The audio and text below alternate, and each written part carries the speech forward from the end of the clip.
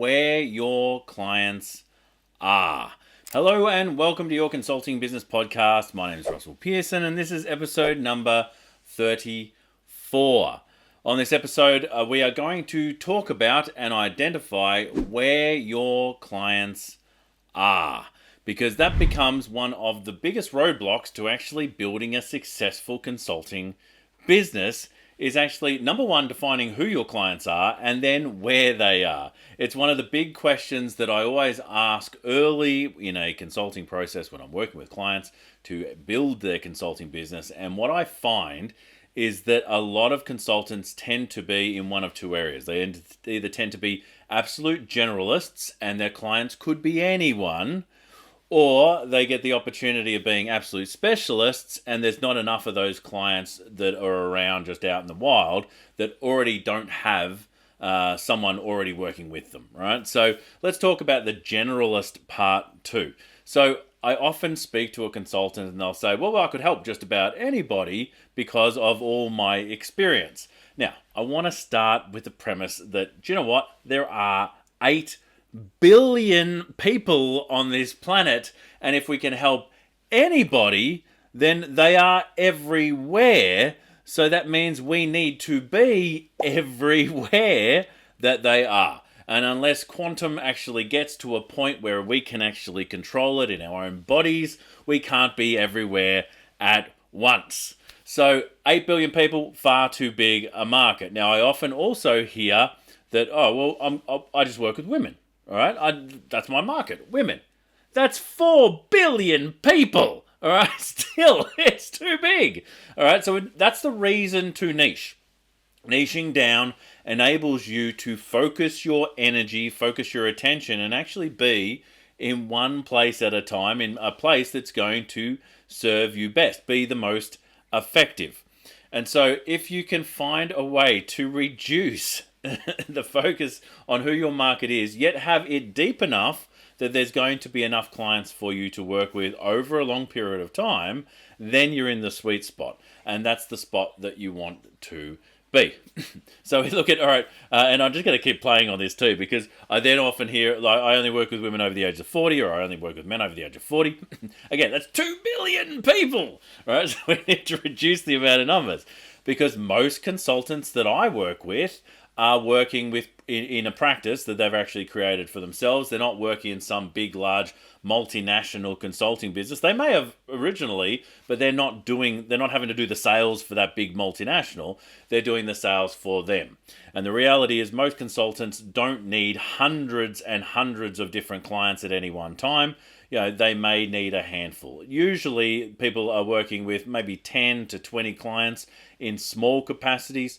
Or if they're looking at more in a deeper way, maybe they've got retainer work, they're usually working with a maximum of about 4 really good, solid clients. And so if you're clear about that, if you go, all right, now what camp do I want to play in? Do I want to play in light consulting where I can help 10 to 20 clients at a time? Or do I want to actually work in a space where I'm working with about 3 to 4 clients at a time and actually getting time back for myself?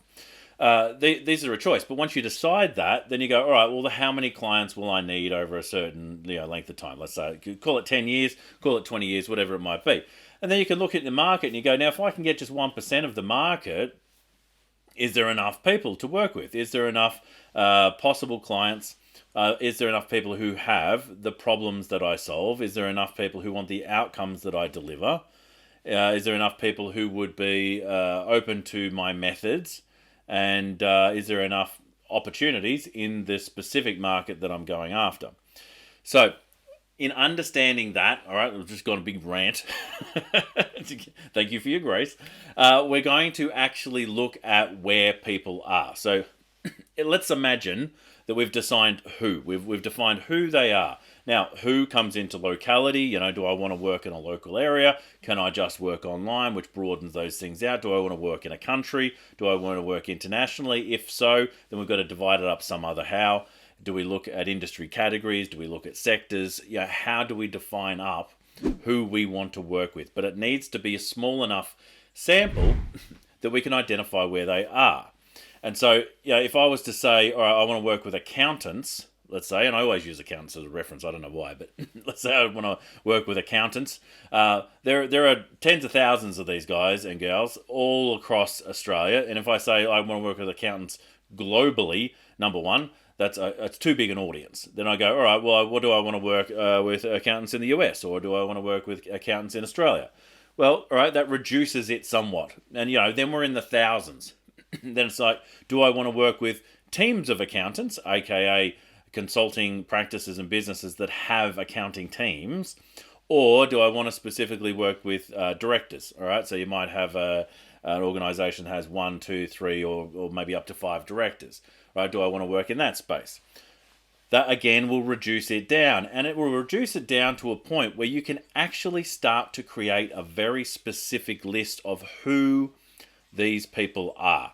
And if you only want to work with maybe a couple of hundred people over the course of your career because you're going to go deep, or a few thousand people over the course of your career because you want to go light, then it gives you the opportunity to go, all right, what sort of capacity am I looking at? If I need to go deep, maximum, I might need 1,000 ideal customers in that mix, maybe 2,000 at the outside.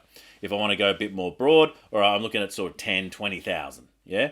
And so once we're clear on those who's, we've got a refined enough market, we need to say where they are. And the way to identify where they are is, what do they do? Yes, they could be anywhere. I'm just going to use the accounting example just to make it easy. You insert your specific example into this, and I might give you a couple of different references so that you understand. But let's say we'll take the accountants, right? If you want to work with accountants, where are accountants? Well, yes, they're in the businesses that they do work with. Yes, 100%. Are they also with their clients? Yes, they are. But where are we finding them en masse? Because usually they're in their office. There might be a handful of people there. They're with the client. That's probably one person, maybe 2 people there. We want to see if we can find them in a group. And so then we go, all right, where can we find them? Well, we can find them in accounting associations. We can find them in accounting business development programs. There's things like Xero, for instance, who put on all sorts of events and conferences. I think they have XeroCon, which is one that accountants fly into. And so you can find them all in that one location. So if you were to go there, if you were to be a panelist, or if you were to actually be a speaker, or if you were to be a sponsor, or you were to be just an attendee, you get to be where they are, speaking to them about what's going on in their world, which then opens the opportunity to present what you do when the opportunity presents itself. So if someone says, oh, I've got this problem that seems to be coming up all the time, and it just happens to be the problem that you take care of, you might want to say, I might have a few ideas, because that's something I do look at quite some bit. I do look at that on a regular basis. So I might have a few ideas if you'd like to have a chat, right? So where are they? Where else are they? Well, I can tell you, accountants in particular, they actually have discussion groups. And so there are groups of these, the peer group discussion groups, where that are across different cities across Australia. There might be 30 in Melbourne. There's about the same amount in Sydney, right? And in Brisbane, all the different states will have their own discussion groups. And you can go there, and you might have the opportunity to speak to 30 of them if you had something to present. Yeah? And so it depends very much on your market as to where they are, but usually they will congregate based off either the interest that they're interested in, and if that's how you've defined them, then it's their interest, or they've come together off a peer group discussion, or a professional getting better at the thing they do professionally. Professional development is the word I was looking at. Or personal development, if that's the audience. So let's take, we want to work with parents of high school kids, right? So if that was the focus, where are these people? Well, they're all over the internet, but they're at schools, right? They're at schools because the high school is the common denominator, right? So there's all these different ways that you can engage with these people. And do you know what I didn't talk about? I didn't talk about social media. Because yes, they're on social media. 100% they're on social media. But that means you have to engage with them independently, one at a time. Yes, on LinkedIn, you can go, I can connect with all these people, and I can go, there's my list of accountants, and I can connect with them all. Or I can go, these seems to be a group that talks about mothers of high school kids or whatever. I can go into that group. I can start connecting with all these people. But then why are you connecting with them? Like, what's the reason behind your connection? How are you making it appropriate for this connection to happen? Now, there are absolutely ways to make it appropriate. Don't get me wrong. There are certainly ways to make it appropriate. But it makes it even more appropriate if you come into the place where they're doing the thing or talking about the thing that you can help them with. So if you actually show up at a conference for accountants and you're talking about helping accountants with their businesses, it makes a lot more sense to introduce yourself at a networking function and say, "G'day, my name's Russell. Would like to have a chat to you. How are you going? What's your name?" Or "Hi, my name's Russell. What's yours?" It's a much easier opportunity to open a discussion. And so how can you do that in your business? Who specifically do you want to be working with? And then where are they? Where are they outside of social media? Social media is easy because it's at your fingertips. It's on your phone, it's in your pocket, it's here on the keyboard. We can just click a few buttons and bang, we can pull up potentially a list of these people. And absolutely, that is a way to connect with people, but it's the easy way out. And it's what people across the globe are doing to your prospects and clients every day, which puts you in the same boat as them. Now, I'm not saying that's wrong to do. There are absolutely ways to make it work, but the nuance on making it work becomes as much a challenge as actually getting into the place where you know they are, where you can have a much easier conversation and a much more natural development of relationship. So if you're interested to find out where people are, go to where they are and speak to them. Hopefully that's been of help.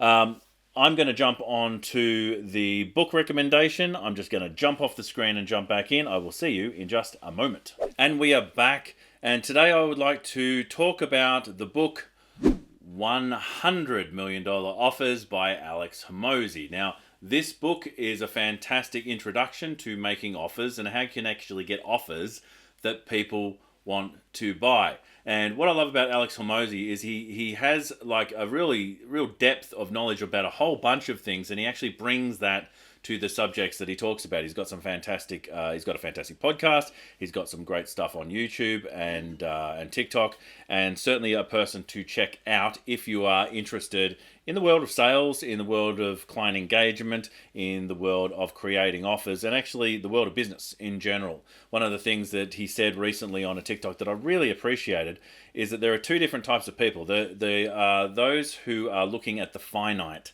those who are looking at the how do I get from here to there, and there are those who are looking at the infinite, like how can I keep going in the space that I'm going in.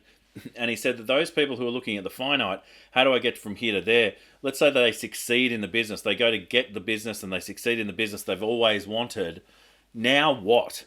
And a lot of people get disillusioned by the accomplishment of those goals that they actually set. And on the flip side, you've got the same people who are never accomplishing those goals because maybe they're a little too big. And those people are disillusioned by the process and often burn out. Yet those who are looking at the infinite are looking at it from a point of view of, you know what? I'm a consultant. I do consulting. And so my role as a consultant is to stay consulting, to stay in business. And as long as I'm staying in business, I'm winning. And so there's not this win-loss scenario. I'm always winning if I haven't stopped, if I haven't given up. Right? And so it's actually quite a nice way of looking at things, and it actually enables me to appreciate my past in this space, after the 27 years that I've been doing this, is to go, yeah, that actually has been the job. Things have changed. My business structure has changed. The clients that I help has changed, but I'm still standing. As Elton John said, I'm still standing and better than I've ever been, right? So there is something in that I really appreciate. So just stepping out of the way, $100 million offers by Alex Hormozi. So there's a link below. If you want to grab that, you absolutely can. Now, I said the link below, which it means that if you are listening in the audio version, the link will be in the show notes. And you won't have seen where below is because there is no below when you're listening to a podcast.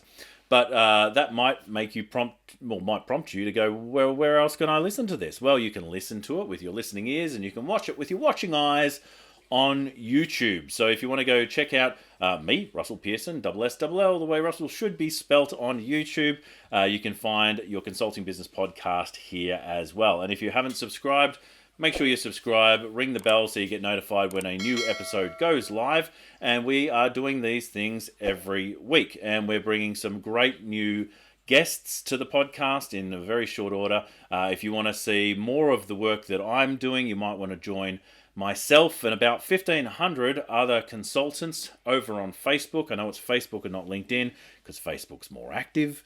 At the Future Proof Business Group, you can come and visit us there and join that group and have a chat about how to stay adaptable in this ever-changing business world that we find ourselves in.